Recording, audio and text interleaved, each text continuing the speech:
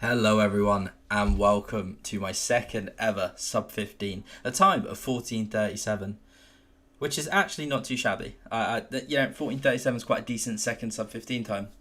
I'm not gonna lie. So, what this does for me is this makes me the first UK speedrunner to have two sub 15s. Though this was not by a lot, I literally beat ontricus by 3 hours. Though shout out to ontricus because I actually wouldn't have known I was the first runner with UK runner with two sub 15s until I saw his second sub 15 video, and I asked him what time he got it the day before, and he literally got it at 11 p.m. and I got it at about 8 p.m. because I got it half an hour before my stream started, and my stream started at 9 or 45 minutes or something. Anyway, yeah, so the first UK runner with two sub 15, so that's quite cool. I know I was number one UK speedrunner, but Brent Tilda had to come out and completely shit all over my hopes and dreams with a sub 10. It's not easy to compete with that. But hey guys, I got two sub 15s. I mean, that's cool, right? But yeah, one thing you might have noticed already about this run that's quite annoying is the fact that there's quite a lot of skipping. Now, very recently, I swapped from Streamlabs OBS to regular OBS because regular OBS uses a lot less CPU. I heard that it's a lot better, which it is. If you use Streamlabs, I would just recommend swapping to regular OBS. It is much better. I've had a much better experience using it already, but I made one mistake when I was doing my settings. I set my recording to 60,000 bitrate instead of 6,000. I think it was just an issue for OBS, I guess. It didn't make my game lag at any point, that's why I didn't notice it, but it did. My OBS was frequently dropping frames, and I didn't realise till when I watched the run back, and I was like, why is it skipping? And I tried to figure it out, and I realised I had it on 60,000 bitrate, so dumb mistake. But this run was very PBable, and there's some mistakes that it was sub 14able, easy. And I make one pretty big mistake, and there's a couple other minor time losses within this run that made it not sub 14, but I think because of how skippy and laggy it is, I don't think this would have been verifiable. So I do think it's a blessing in disguise. But it doesn't mean it's obviously not my second sub 15. Obviously I didn't cheat or splice, of course, because who cheats or splice for their second sub 15? That's just dumb. But yeah, there's one major time loss in this run that happens due to just one minor mistake that just was a knock-on effect, so to speak. So one minor time loss here was the fact that I was checking these ravines along the way when I knew this ravine was there. I took a bit more of a weird detour towards this, probably lost me about, I don't even know how to judge that, 5-10 seconds maybe. Which, going for these lower times on the leaderboards is quite crucial. So, I probably won't do that next time. I was just checking if one of them was enterable, so it would save me a little bit of time, but the time it took to check was a time loss. It's a little debatable. If one of them was enterable, I would have saved time, but it's just one of those little very extremely minor things. But yeah, there's a major part of this that I'd say is I say major time loss, actually. I figured out it was only a total of 35 seconds. Exactly. The exact time loss it caused. But 35 seconds goes a long way. I mean, if I shave 35 seconds off this, I would PB by 8 seconds. And as we said, it's probably unverifiable anyway, but from a retime, that would probably end up around at about 13:59, because they normally shave around 3 seconds off on retimes, so it would have probably been a sub 14 if I didn't do this time loss that I'm talking about. That's kind of cool. But that's kind of crazy that this one thing happened. That's why I'm not very proud of it. It's similar to my PB, where the nether's not very good, at all. The nether's not very good at all. It's a fast overworld enter. Literally, it's actually so identical. I spawn on a tiger coast. There's a shipwreck. There's a magma near the shipwreck. It's a fast enter. I get all the food I need from the rest of the run from the shipwreck. I think I even make golden carrots in my PB. I don't have the same bastion, unfortunately. It's housing instead of what was my PB? Stables. But it's the same thing where the nether's really bad for a really good run, a sub 15. Not really, really bad, to be honest, but pretty subpar, pretty not ideal. Like the blaze spawner wasn't at the best coordinates. Like in this, I had to pearl hang, and in my PB, I had to like pearl away from the spawner because the coordinates were so bad. But in both, the blind travel is absolutely outrageous. This blind travel is really, really good. Technically not as good as... is it? It's better than my PB, I think. Technically. Yeah, I'd say it's technically better than my PB. For sure. So this is the first like minor time loss here. I think I lost like probably like 15 seconds, maybe 20 doing that. Because I saw the lava at the bottom. And from that angle, I genuinely thought it was like lava base housing. That's what I was building up. I was preparing to do top-down housing, but it wasn't. It was actually dry housing at the bottom. So that was just a straight waste of time. But in my defense, it did really look like it. So, you know, it done a mistake, but it was a you know, perceptive mistake, but it was a mistake nonetheless. Lost me time. So yeah. But those are the two like minor mistakes of the run. But then you add those up, I say 15 seconds there, and the other thing could have cost me 5 to 10 seconds. You know, that's a free 30 seconds.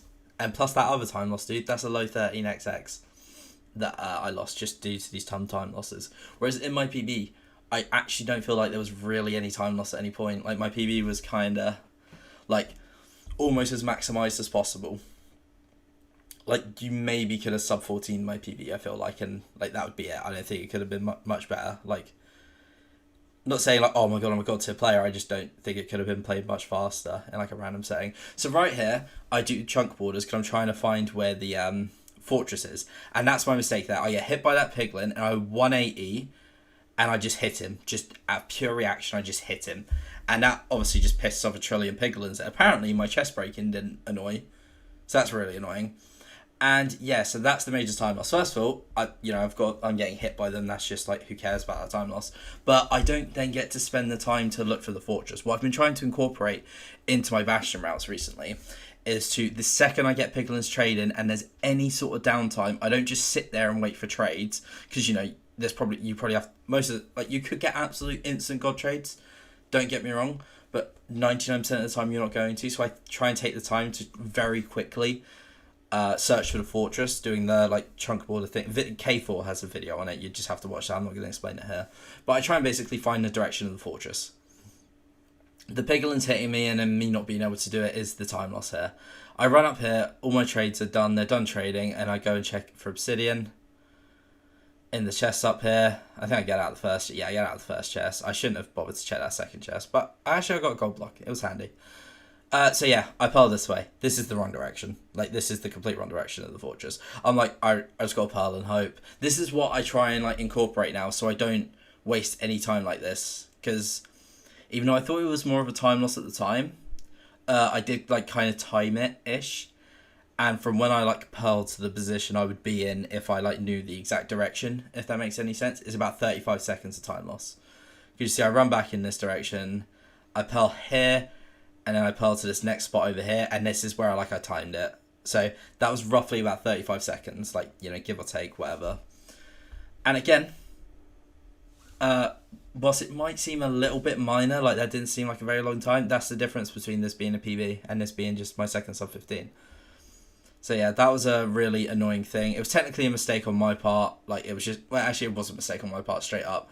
I don't know how that piglin was just like mad at me though, and just like sat there. Like, he literally came out of nowhere, which was really annoying, and I literally just turned around and hit him, like, just out of pure reaction. So if we do add up the time losses, I don't think the check-in for like the magma ravine one was too bad, but if I, you know, didn't like build up on housing ready to do top down when I could easily just do regular bottom manhunt, and if I went the exact right direction of the fortress, this is easy sub 14, like easily a sub 14.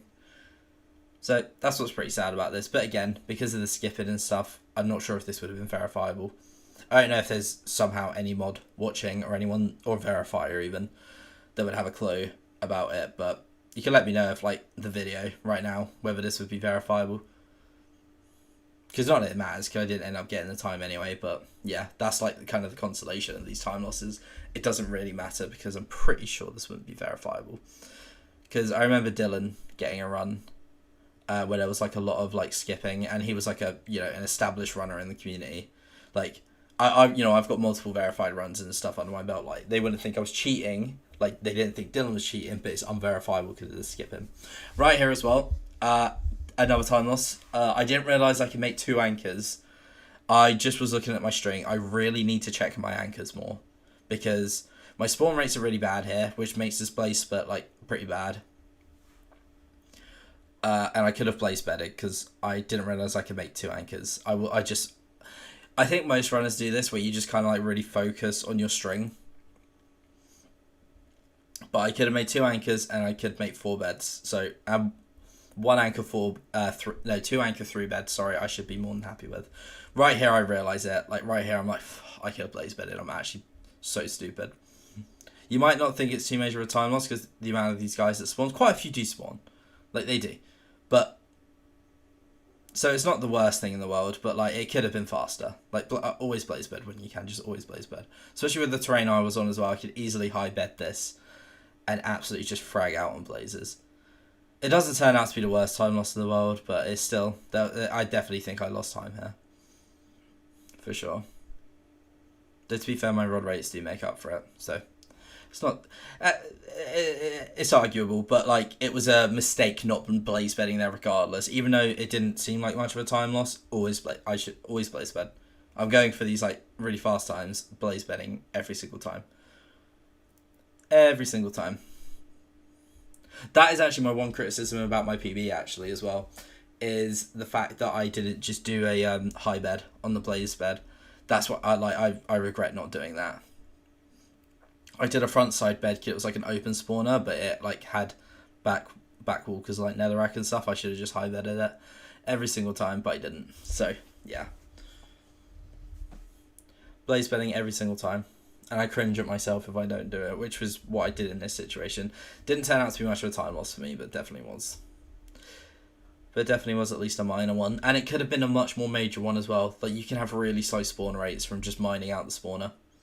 And there's very particular blocks that you've got to mine out as well, which I definitely didn't mine out there. So I technically got lucky there, but I shouldn't have.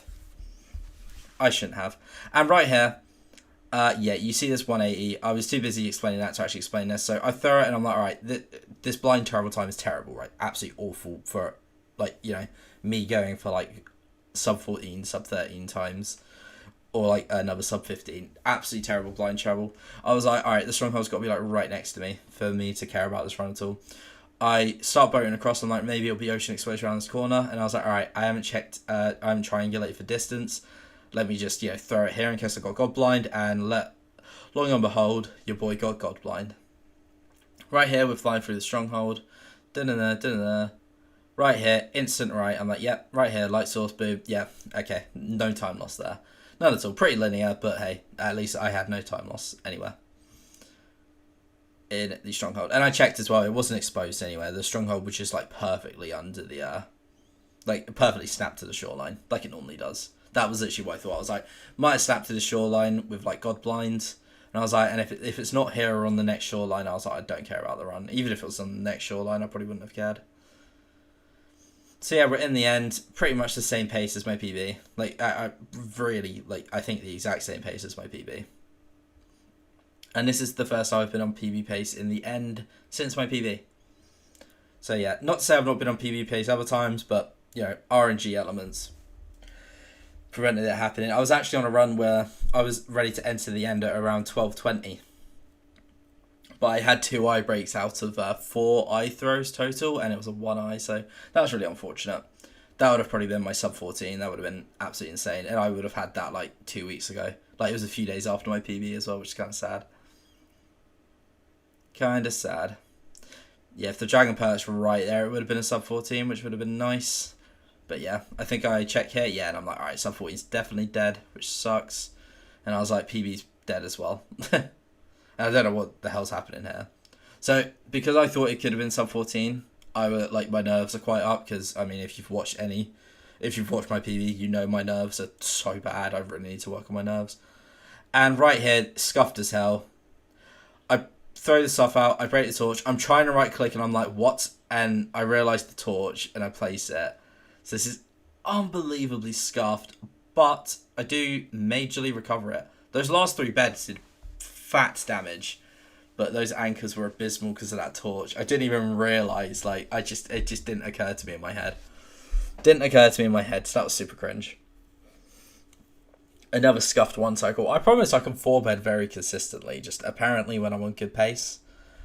Apparently not. Something has to happen. Like, on my PB, I straight choked it, but that one, it was just like the torch flying into my hand. But I should have been paying attention to it. It was my fault, realistically.